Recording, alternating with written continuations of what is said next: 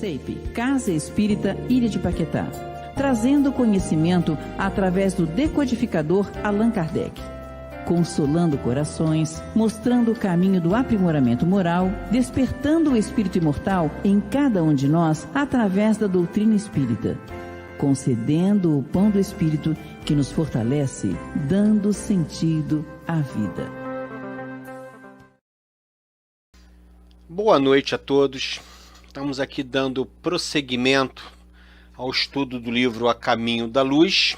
Essa aqui é a minha ainda edição antiga, né? A capa antiga. Então nós estamos aqui hoje com a Gênese Planetária, né? Esse estudo foi gravado no mesmo dia da introdução, então a qualidade do vídeo do Éder ainda não está 100%, mas eu garanto a vocês que na próxima, né, no próximo estudo, onde ele fala da vida organizada, a qualidade já está bem melhor. Então vamos lá, vamos fazer uma precezinha rápida para nós darmos início a esse trabalho muito bonito do livro A Caminho da Luz, com o nosso irmão Éder Andrade, né? Então, Jesus, mestre querido, amigos espirituais, protetor da nossa Casa Espírita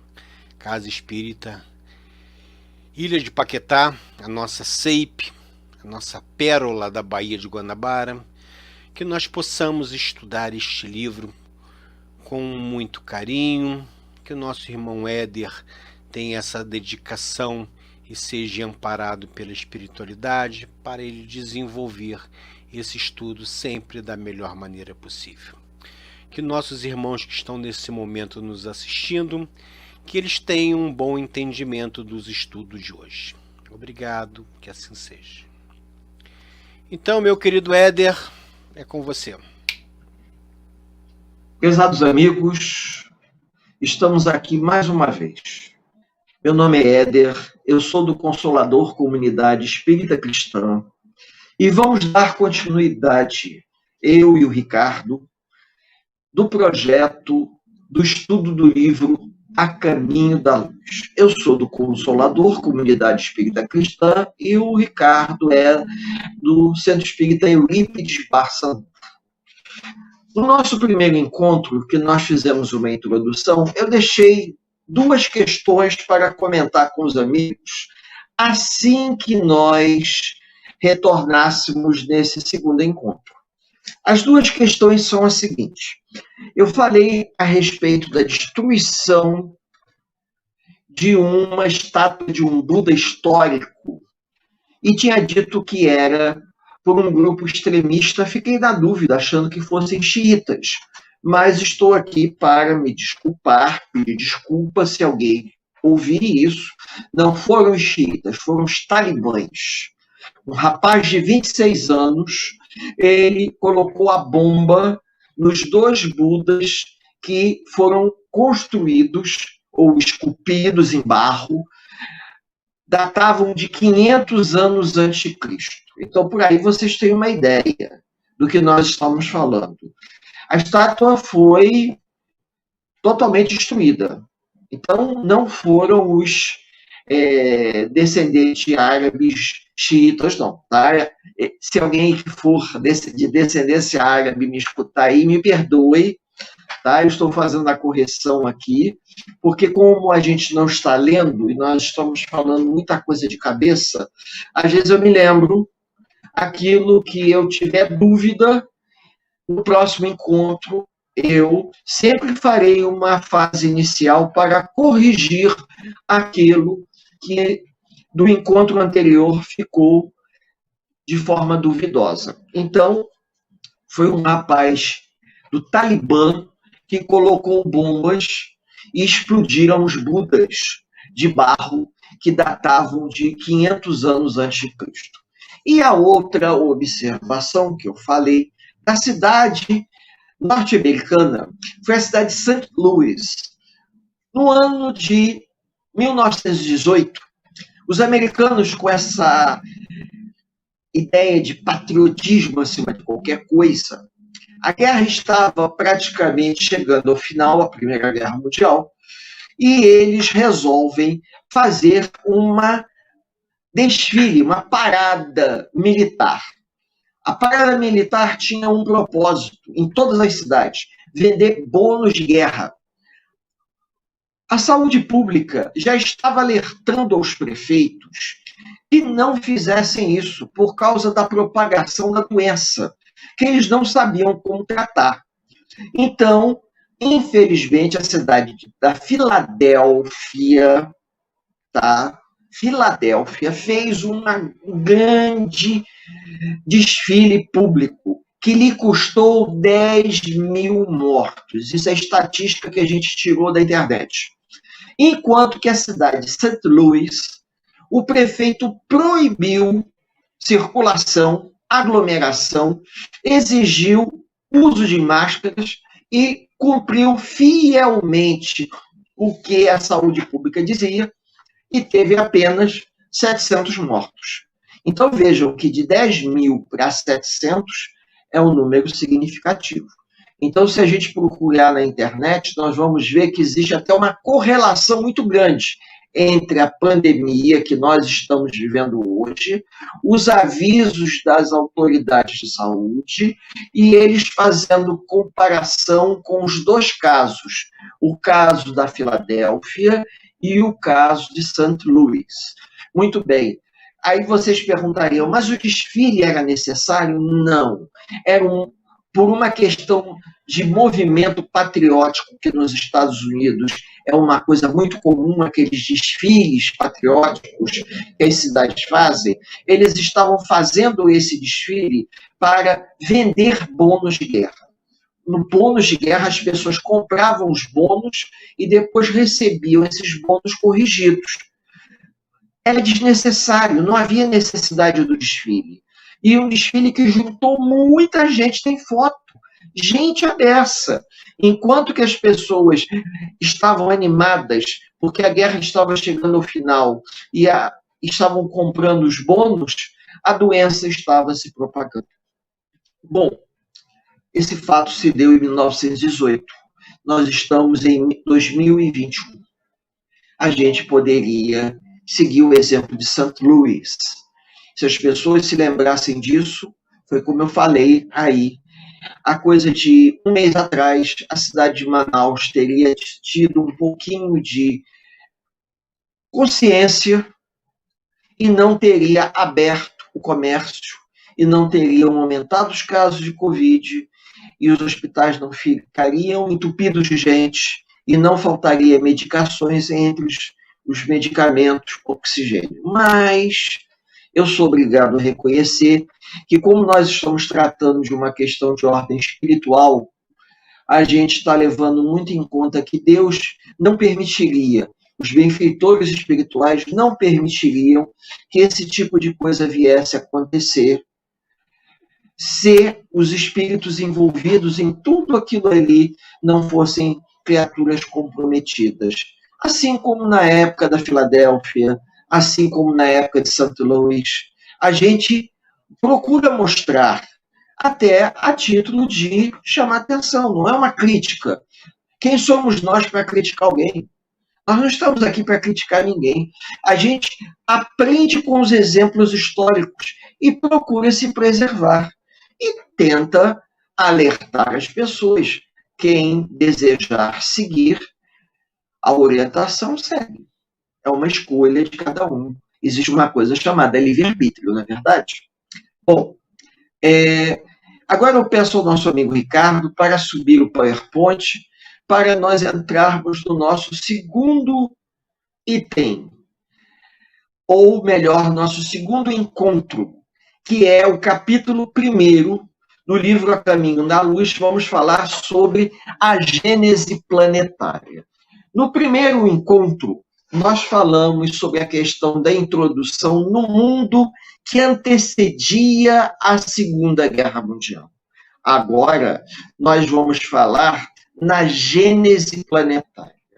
Como disse Emmanuel, ele não tem pretensões nenhuma de nos ensinar história. Ele tem, sim, o objetivo de mostrar que os acontecimentos históricos, eles sempre tiveram o amparo, a proteção dos amigos espirituais. Quando nós falamos em gênese planetária, segundo Emmanuel, reza a lenda que existe no universo uma pleiade de espíritos considerados espíritos puros. E essa comunidade de espíritos puros que existe no universo, elas se reúnem a pedido de Deus em determinados momentos especiais. E no caso do nosso orbe, no orbe da Terra, do sistema solar, essa comunidade se reuniu em 2 vezes. Se reuniu quando a Terra se libertou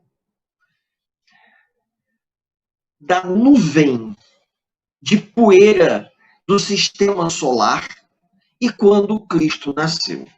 Essa primeira imagem que nós temos aqui mostra que o Cristo é um dos membros da comunidade de espíritos puros. Jesus, que é chamado por todos nós Jesus Cristo, ele é um espírito do mesmo nível de elevação moral do restante dos espíritos que se encontram nessa comunidade, que tem um domínio muito grande sobre a matéria, a ponto de manipular o ectoplasma, a ponto de fazer mudanças na estrutura da matéria. Então, esses espíritos que possuem o mesmo nível evolutivo do Cristo se reuniram. E por que nós destacamos Jesus? Porque Jesus é o nosso governador celeste. Ele estava presente no momento da formação do planeta Terra e retornou à Terra no momento em que ele percebeu que a Terra precisava ser alavancada em termos de evolução espiritual. Bom, então, essa comunidade de espíritos puros, segundo conta a lenda, reza a lenda, ela se reuniu 2 vezes. Chico Xavier teve grandes amigos. E entre esses amigos, um deles, que ainda é muito conhecido nosso, frequenta o Consolador, faz lives para o Consolador, chamado Geraldo Lemos, conhecido como Geraldinho Lemos, num bate-papo fraterno com o Chico, num cafezinho fraterno. Segundo ele, Chico teria confidenciado para Geraldinho Lemos que essa comunidade de espíritos puros teria se reunido após 1938. Porém, essa informação ela foi uma informação passada a Geraldinho Lemos de maneira informal. Como ela foi passada de maneira informal, eu não me sinto assim à vontade de fazer um comentário, porque os acontecimentos que se deram pós-Segunda Guerra Mundial foram acontecimentos de pouca relevância histórica na nossa visão acanhada.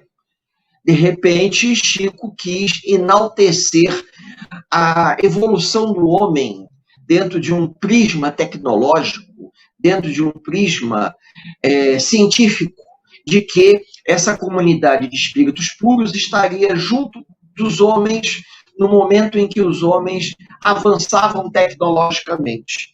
Mas eu, com sinceridade, ouvi muito pouco a respeito desse assunto.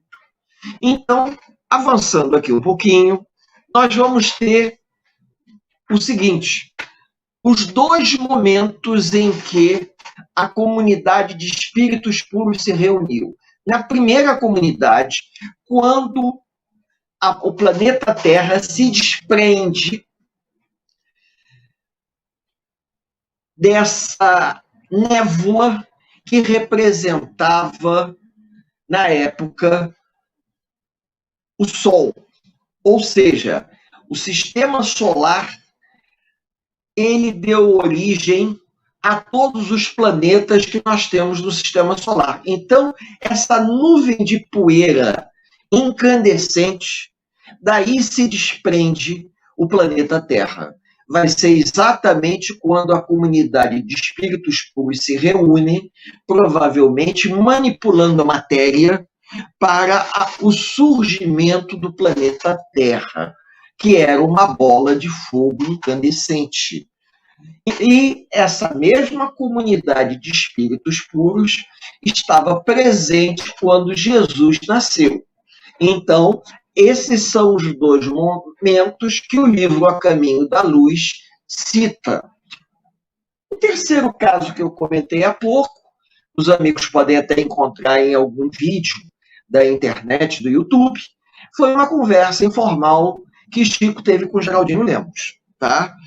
A gente não vai entrar no mérito disso, que foi uma conversa entre os dois a respeito, provavelmente, de um possível encontro dessa comunidade entre os homens e os espíritos puros para alavancar a evolução nossa, tecnologicamente falando. Então, vocês vejam, se esses espíritos puros, essa comunidade, com a mesma capacidade de manipular a matéria, tá? Ela se organiza e ela vai promover a formação, solidificação da matéria para o surgimento do que nós hoje conhecemos como Terra, se deu no momento em que ocorreu o desprendimento dessa nebulosa que nós chamaríamos a nebulosa solar, do que hoje nós temos o Sol. Então, dessa nebulosa, nós vamos ter a formação de todos os planetas do sistema solar. Num outro momento, eu vou apresentar para vocês, em termos de escala, só para vocês terem uma ideia do tamanho do Sol em relação a todos os planetas. Vocês já devem ter visto isso. É que eu não encontrei. Existe um pequeno vídeo, mas eu não tenho a intenção de botar o pequeno vídeo. Eu tenho a intenção de colocar em termos de foto, para vocês verem em termos de escala de proporção o Sol e todos os planetas. Para vocês verem que a nebulosa solar era uma coisa imensa. E dela se desprenderam, tá? Todos os planetas que formaram o sistema solar. Levando em conta que hoje Plutão, se eu não me engano, não é considerado um planeta, porque ele está numa categoria menor, é chamado de planeta não, né? Que seria o último planeta do sistema solar. Então ele já não está na categoria de planeta, já modificaram a categoria do Plutão.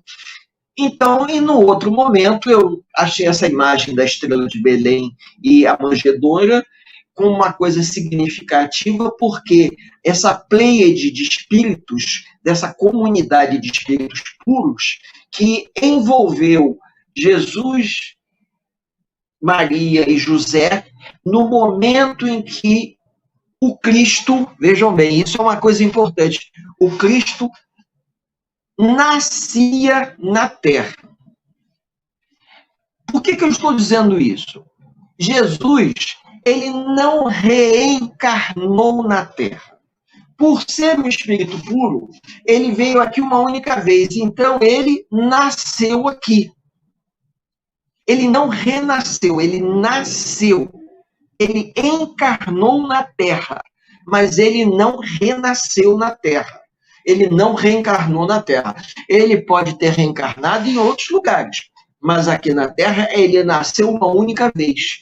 Por ser um espírito puro, ele teve que adensar o seu perispírito, e segundo alguns dizem, levou centenas de anos para esse adensamento, devido a essa diferença vibratória, e ele foi adensando, e provavelmente essa comunidade de espíritos puros ajudou ele nesse processo de adensamento para que ele pudesse nascer na Terra. Isso é importante, porque como nós usamos a expressão reencarnar com muita facilidade, a gente vai dizer Jesus reencarnou na Terra. Ele não reencarnou. Ele nasceu aqui. Só. Porque ele nasceu aqui, por ser um espírito puro, ele não volta mais. Ele pode estar presente aqui, espiritualmente falando, mas não há necessidade dele retornar aqui na Terra num corpo orgânico. Tá? É bom que a gente faça esse comentário até para as pessoas perceberem a diferença. Muito bem. Vamos falar um pouquinho de geografia. Então, vocês vejam que dentro da Via Láctea, tá? Olha lá o sistema solar. É um pontinho insignificante. E esse pontinho insignificante era, no passado, a nebulosa solar. Essa nebulosa solar, no momento em que ocorreram explosões, as explosões provocaram desprendimento de pedaços. Esses desprendimentos deram origem, isso é uma vertente, tá? Eu não sou professor de geografia, então essa parte da geografia eu não sou muito afiado, não. A gente arranha a geografia. Então, nós tivemos o desprendimento desses corpos celestes que acabaram gravitando em torno do Sol. Mas para que eles pudessem gravitar em torno do Sol, os espíritos puros, essa comunidade de espíritos puros, tiveram que colocá-los em órbitas diferentes, com tamanhos diferentes, e alguns deles terem, inclusive, satélites artificiais. Porque os satélites, eles garantem que o astro, tá, ele permaneça na sua órbita. É uma coisa que eu também não sabia. Então, por exemplo, dependendo do tamanho do astro, ele pode ter mais... como é que se diz? Ter mais satélites ou não. Tá? Então, isso daí, é o mesmo caso. Se eu falar alguma coisa que estiver errado, depois do próximo encontro eu corrijo. Porque corpos celestes, agora que eu me lembrei, nós temos aqui corpos celestes. Os astros são aqueles que têm luz própria. Me desculpe. Tá? Eu me lembrei disso agora. Então, todos esses corpos celestes que estão aqui, o único que tem luz própria é o Sol. Então, estamos aqui assumindo um erro de geografia, porque eu não sou muito afiado. Então, esses corpos celestes, eles vão precisar ficar a uma certa distância um do outro para que haja uma harmonia. E essa harmonia, ela é conseguida justamente pela solidificação da matéria e pela disposição deles em relação ao Sol. Vocês observem que, por exemplo, os maiores planetas, eles estão afastados para não serem atraídos, porque a massa do planeta automaticamente produz uma gravidade maior. Se eles estivessem mais próximos ao Sol, provavelmente já teriam sido atraídos, não é verdade? Então, segundo os espíritos dizem, a Terra é um dos planetas mais atrasados, que permite abrigar formas de vida em corpos orgânicos. Mas como é que se deu isso? Na terceira figura aqui, nós vamos ter a Terra, num determinado momento, em que ela era ainda uma bola incandescente, e depois ela vai esfriando, e vai se transformando numa bola azul. Bom, os primeiros tempos do orbe terrestre, a Terra não era muito diferente do Sol. Vamos ser sinceros. No momento que ocorreu o desprendimento da nebulosa solar, todos os corpos celestes, agora falando certo, todos os corpos celestes que se desprenderam da nebulosa solar, eles vão se resfriando num ritmo diferente. a Terra também. O calor provocado por uma massa menor permitiu a formação de um vapor muito grande em torno da Terra. E esse vapor, que era estimulado pelos meteoros que chegavam também, incandescentes, provocou um volume de chuvas muito grande. Eu estou fazendo uma coisa superficial, tá? Eu não estou me prendendo muito à parte geográfica, nem também me prendendo muito à parte de Emmanuel. Eu estou tentando fazer uma coisa mista para os amigos entenderem. Quando ocorreu essa formação dessa névoa em volta do planeta, ocorreram chuvas temporais que duraram séculos, até que ocorreu o esfriamento da superfície da Terra. O esfriamento da superfície gerou uma espécie de uma casca. Só que essa casca, ela não cobria completamente a Terra, porque no fundo a Terra era ainda uma bola de fogo incandescente, como é ainda hoje. Deixa eu continuar aqui. Então, apesar da Terra sofrer esse constante, como é que se diz? Não é cometa, não. Asteroides que caem, né? Meteoros que caem.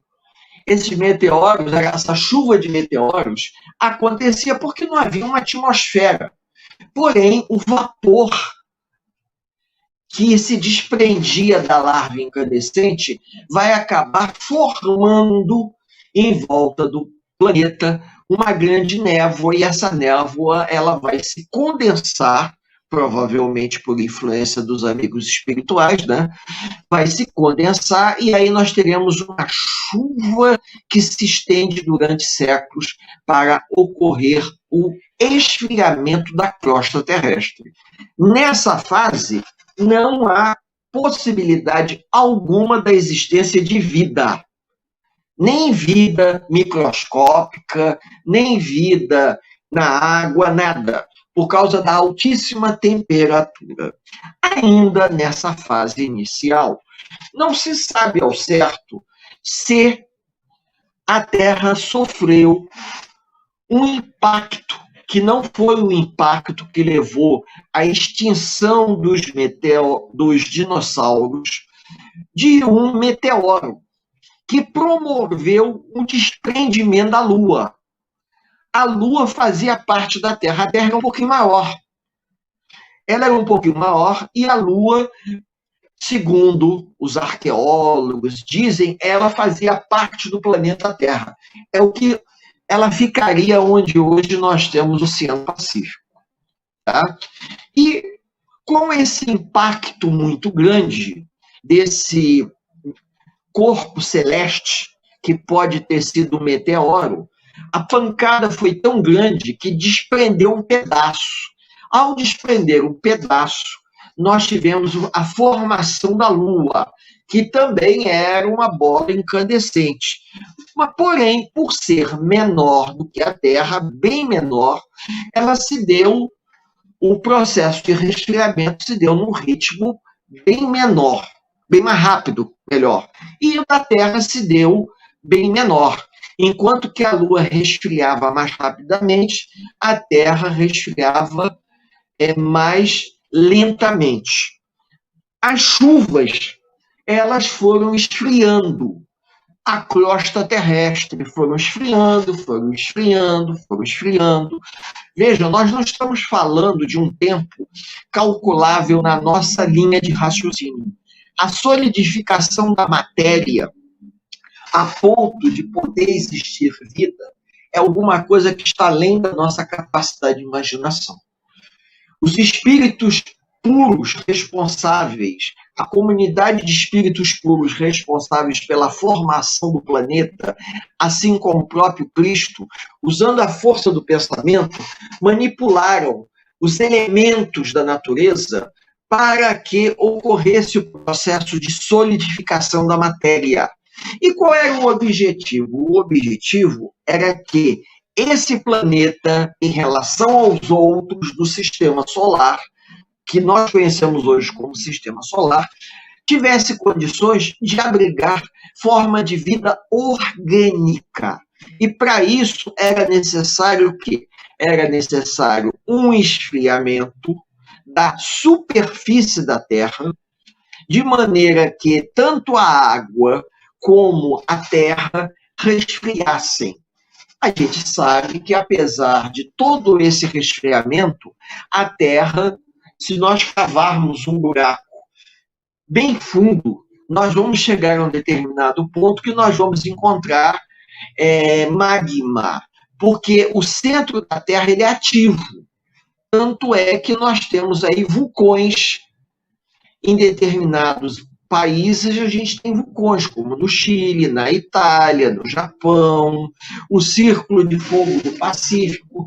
Por quê? Porque no centro da Terra nós temos um magma incandescente.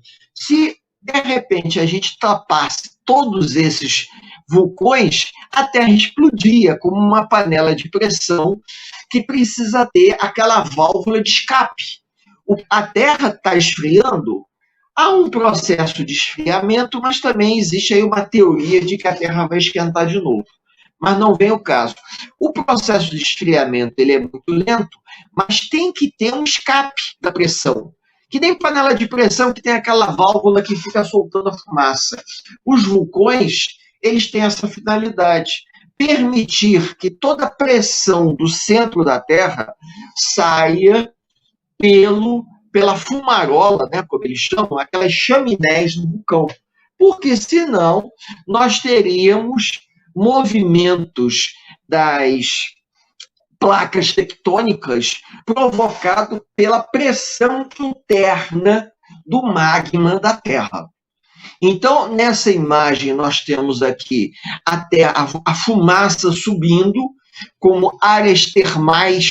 Eu não sei se alguém aqui já teve chance de viajar, por exemplo, nos Estados Unidos, como também aqui no Chile, no deserto do Atacama, tem uma área que é chamada de área termal, onde tem os famosos geysers, onde nós temos altas temperaturas que de vez em quando dá aqueles jatos de água quente. Quem já foi a Poços de Caldas, sabe, Poços de Caldas, Caxambu, Lambari, Cambuquira, existem lugares ali que a água sai quente porque ela vem de áreas muito profundas da Terra, de áreas termais.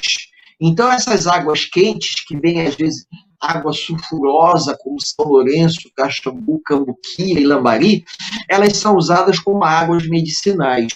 Algumas são usadas até a pessoa ter que tomar em pequena quantidade, porque senão dá problema de desarranjo. Então, isso tudo é resquício, porque a Terra ainda não esfriou.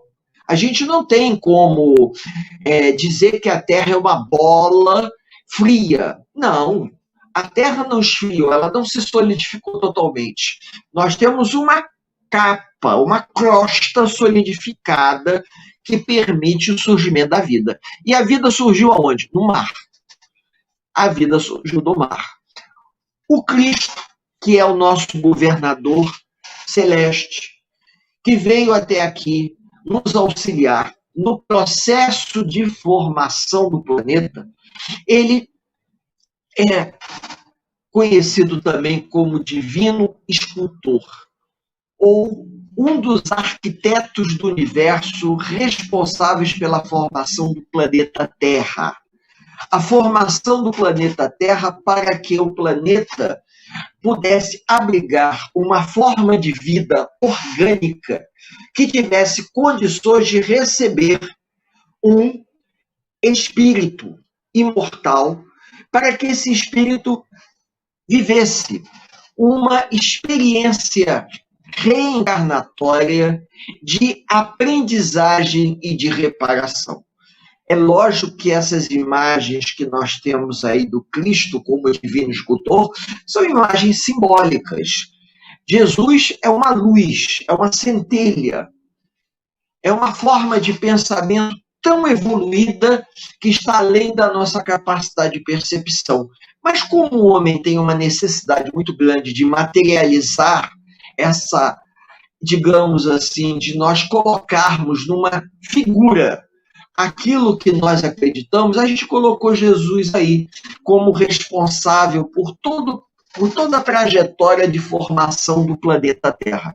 Sabemos que na Bíblia existe, na Gênese, o surgimento do planeta, aonde Deus teria feito, nos 7 dias, a formação do universo, a formação da luz, a formação da vida, a formação da Terra. Porém, essa visão católica, cristã, que eu recebi ao longo da minha história, que os meus familiares passaram, a gente sabe que é uma história folclórica, uma lenda. Nós não acreditamos na formação do sistema solar dessa maneira. A gente sabe perfeitamente que essa comunidade de espíritos puros se reuniu e, através da força do pensamento dessa grande comunidade, manipularam a matéria, de maneira que a matéria foi se condensando, foi se sublimando, foi virando vapor, foi se modificando, passando pelos vários estágios da matéria que nós conhecemos, e a gente sabe até hoje que existem, são 4 estágios da matéria: sólido, líquido, gasoso e o estado de sublimação. Mas já existem estudiosos que falam do estado radiante da matéria. O estado radiante da matéria é perispírito. E toda essa manipulação, tá? Toda essa manipulação do fluido cósmico universal permitiu a formação do planeta Terra nesse tempo que está além da nossa capacidade de imaginação, mas para os espíritos puros, essa comunidade de espíritos puros, isso pode ter representado alguns anos apenas. Então, a gente precisa dar um desconto nisso. Quando nós falamos em criação, o verbo na criação, a gente vê muito exatamente a história da formação do planeta Terra dentro de uma visão bíblica. Quando Deus fez a luz, quando Deus fez o homem, quando Deus fez o cosmos, e aí eu incluí Jesus amparando a Terra como o responsável, nosso grande governador. Ele se responsabilizou pelo planeta Terra, pela trajetória cósmica. Por isso que Ismael é o nosso responsável e Emmanuel. Ismael é o responsável pelo Brasil. E Emmanuel se sentiu na obrigação de nos legar esse conhecimento, até para que a gente pudesse pensar um pouquinho, que nada disso se deu sem a interferência direta de Deus, muito menos, ou melhor, sem a interferência direta dessa comunidade de espíritos puros, e por trás disso Deus. Deus age através dos seus prepostos. Toda casa espírita possui prepostos do Cristo responsáveis pelo trabalho que é realizado.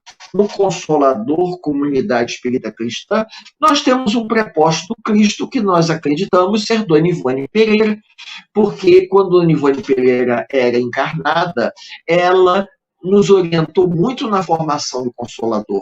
Assim como na casa que o nosso amigo Ricardo frequenta, provavelmente um dos prepostos do Cristo que está liderando os trabalhos dos bastidores da casa é o professor Eurípides Barçanufo, a quem eu tenho um carinho especial. E um dia quero conhecer Sacramento para conhecer o Colégio Allan Kardec. Então, vejam, nós sabemos que existem os prepostos de Deus dentro de uma, digamos assim, de um encadeamento de responsabilidades. Dentro desse encadeamento de responsabilidades, dentro dessa escala evolutiva, nesse momento, essa comunidade de espíritos puros, ela foi a responsável direta para dar ao planeta Terra as condições de abrigar vida. E vai ser exatamente nesse momento que essa comunidade de espíritos puros envolve o planeta com uma matéria quintessenciada chamada protoplasma. O protoplasma, segundo eu tive chance de ler, é uma matéria quintessenciada que permite o surgimento da vida. E onde é que a vida vai surgir? Na água. A vida surge na água e da água ela vai para a terra, tá? Então e depois vai evoluindo, e nós sabemos perfeitamente que num determinado momento da trajetória evolutiva na história da humanidade, nós temos o famoso elo perdido que vamos tratar mais adiante.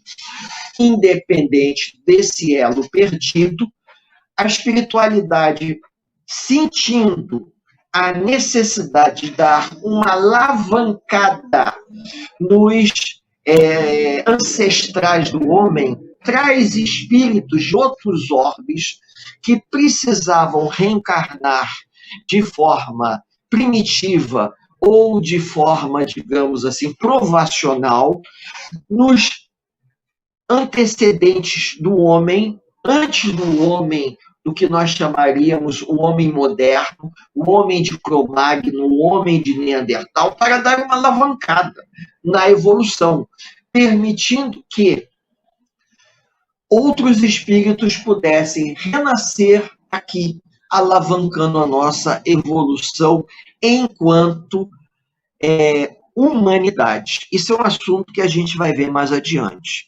E para que a gente possa ir finalizando, os ciclos em que a comunidade dos espíritos puros atuou sobre o planeta Terra, de maneira que ocorresse o resfriamento da crosta terrestre, ocorresse as chuvas elas pudessem ir ocupando as fendas, as depressões, surgindo rios, lagos, mares e oceanos, nós vamos ter o surgimento das primeiras formas de vida, essas formas de vida se reproduzindo, o protoplasma que foi espalhado no planeta, permitindo o surgimento de novas formas de vida, porque haviam as condições propícias para que a evolução acontecesse até o surgimento do homem. Se vocês observarem,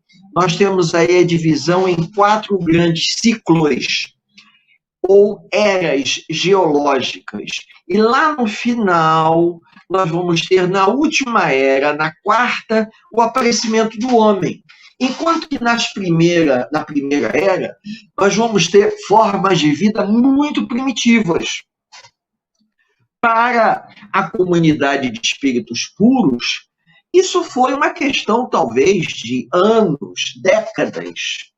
Mas para nós foram milhares de anos, milhões de anos. A gente sabe perfeitamente que há uma diferença enorme de tempo.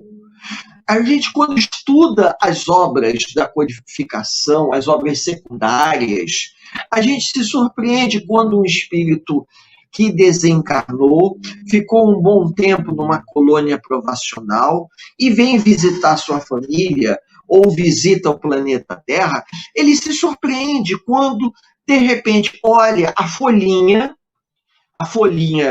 do calendário e fica bobo que passou 10 anos, passaram 15 anos e para ele passou meses. Então, se para a gente existe essa diferença de tempo, isso explica por que para nós encarnados fica difícil ter o alcance de entendimento do que são milhões de anos.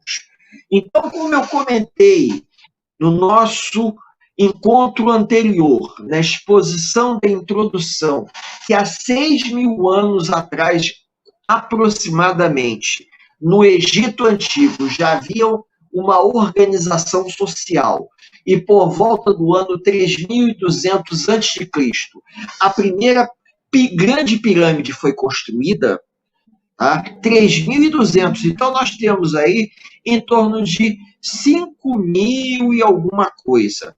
Então, se a gente tem, há 5.000 anos atrás, construíram uma pirâmide de 150 metros de altura, fica difícil a gente entender certas coisas, porque a nossa capacidade de entendimento, ela não tem a nossa expansão de pensamento, explicando melhor, não nos permite entender coisas que vão além da nossa compreensão normal.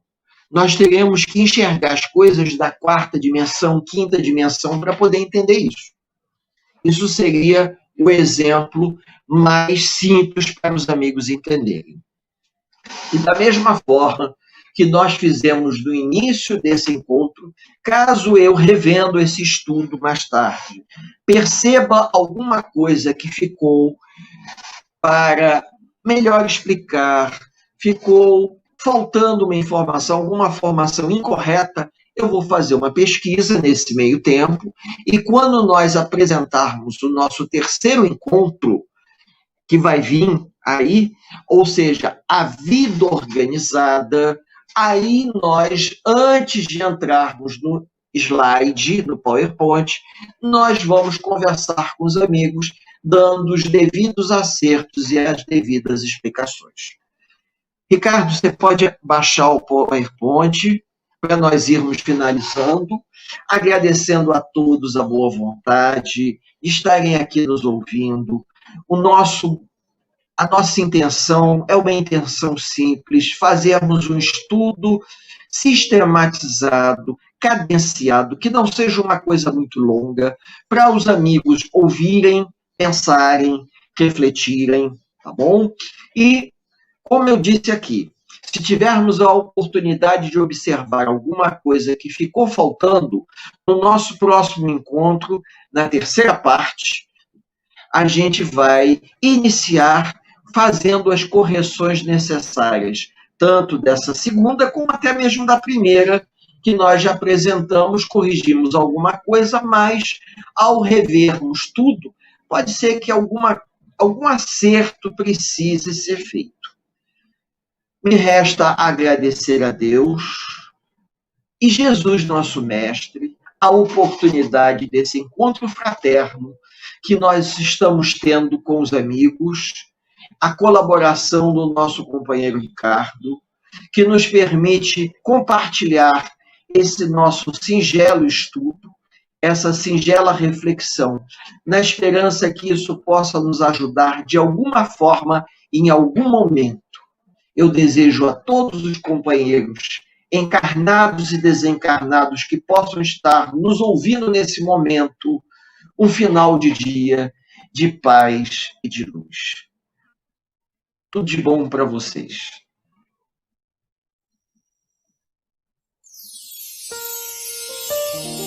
A Casa Espírita Ilha de Paquetá, CEIP, agradece a presença de todos. Deseja que tenhamos uma excelente noite de sono reparador, com descanso do corpo físico.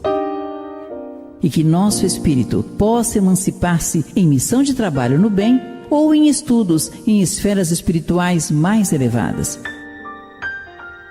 Se você gosta do nosso trabalho, inscreva-se no canal, dê seu like e compartilhe com amigos para que mais e mais pessoas possam ter acesso à nossa doutrina consoladora. Divulgar o Espiritismo também é caridade. Fique com Deus e que a paz de Jesus vos guie.